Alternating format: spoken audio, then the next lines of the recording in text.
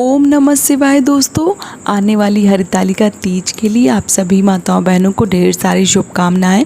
महादेव की कृपा आपके ऊपर बनी रहे और आपके पति की आयु जो है वो लंबी हो, यही कामना करती हूँ। इसी कामना के साथ आज का जो वीडियो है वो मैं शुरू कर रही हूँ। दोस्तों, अभी हरितालिका तीज व्रत जो है वो आने वाला है।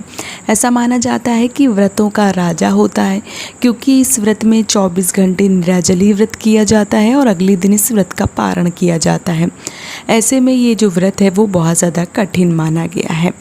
अगर आप भी हरितालिका तीज का व्रत करने के बारे में सोच रही हैं या आप करती चली आ रही हैं, या जो भी कुंवारी कन्याएं इस व्रत को करना चाहती हैं वो इस व्रत को करें या ना करें, तो देखिए आप इस व्रत को कर सकती हैं। क्योंकि माता पार्वती ने इस व्रत को किया था, तब उनको महादेव जो है वो पति के रूप में प्राप्त हुए थे। तो जो भी कुंवारी कन्याएं हरितालिका तीज व्रत करना चाहती हैं वो विशेष रूप से कर सकती हैं। कोई दिक्कत, कोई परेशानी जो है वो नहीं होगी। लेकिन आपको जब भी आप व्रत शुरू करें तो आपको ये चीज़ें बहुत ही ज़्यादा ध्यान में रखनी चाहिए कि ये जो व्रत है वो एक बार आप शुरू कर लेते हैं तो कम से कम इस व्रत को 12 साल रखना पड़ता है। इसके बाद इस व्रत का उद्यापन किया जाता है। पहले तो इस व्रत का उद्यापन करना ही नहीं था, मतलब पहले के ज़माने में ऐसा नहीं होता था। जो भी बुज़ुर्ग माताएं बहनें हैं उन्होंने व्रत एक बार धारण कर लिया है तो वो मरते दम तक इस व्रत को करती थी।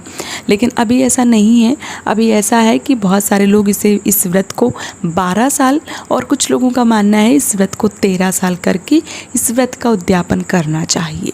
तो जब भी आप इस व्रत का संकल्प लें तो आप पूरे 12 हरितालिका तीज का संकल्प लें और उसके बाद ही व्रत जो है वो शुरू करें।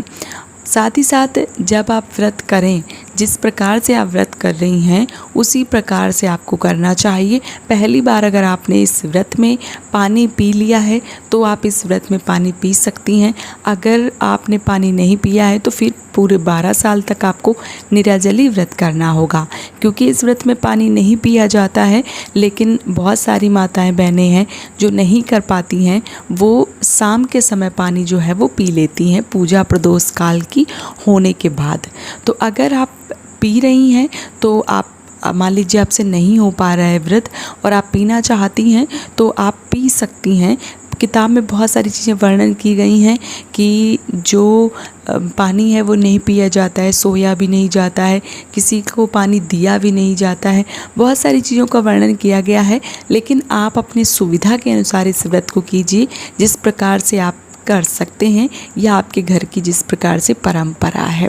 जो लोग सुबह भोर में सरगी कर लेते हैं उनके लिए तो ये व्रत जो है वो थोड़ा सा सरल हो जाता है। लेकिन जो लोग इस व्रत में सरगी भी नहीं करते हैं उनके लिए ये व्रत जो है वो बहुत ज़्यादा कठिन हो जाता है।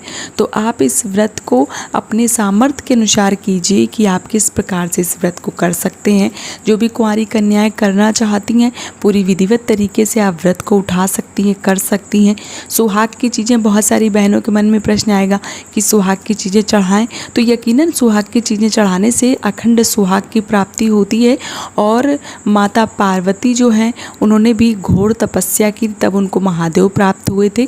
इसी तरीके से अगर आपकी शादी में कोई विघ्न आ रहा है या आप अपने मन पसंदी जो अपना पति है जिसको भी चाहती हैं पति के रूप में, अगर आप इस व्रत को करती हैं हरितालिका तीज व्रत को, तो आपका मन वांछित जो फल है उसकी पूर्ति होती है।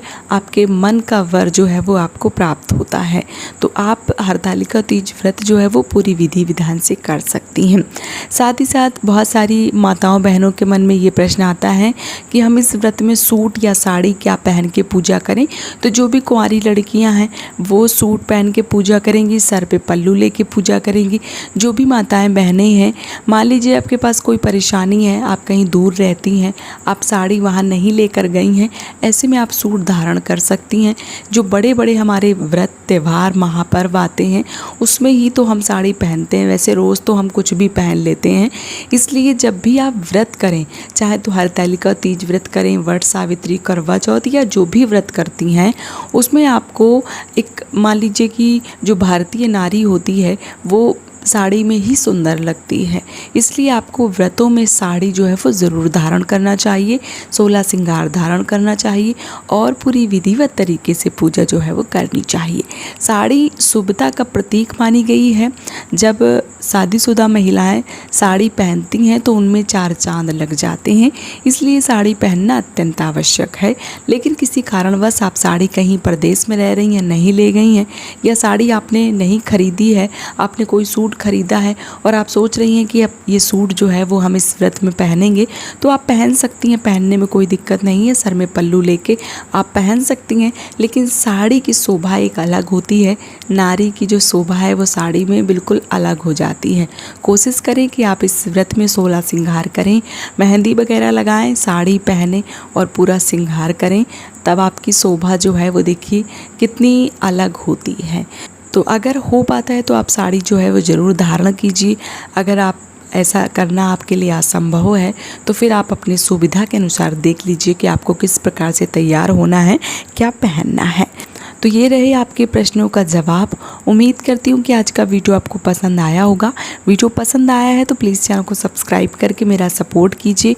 आने वाली हरतालिका तीज व्रत के लिए आप सभी माताओं बहनों को ढेर सारी शुभकामनाएं। जय माता दी दोस्तों।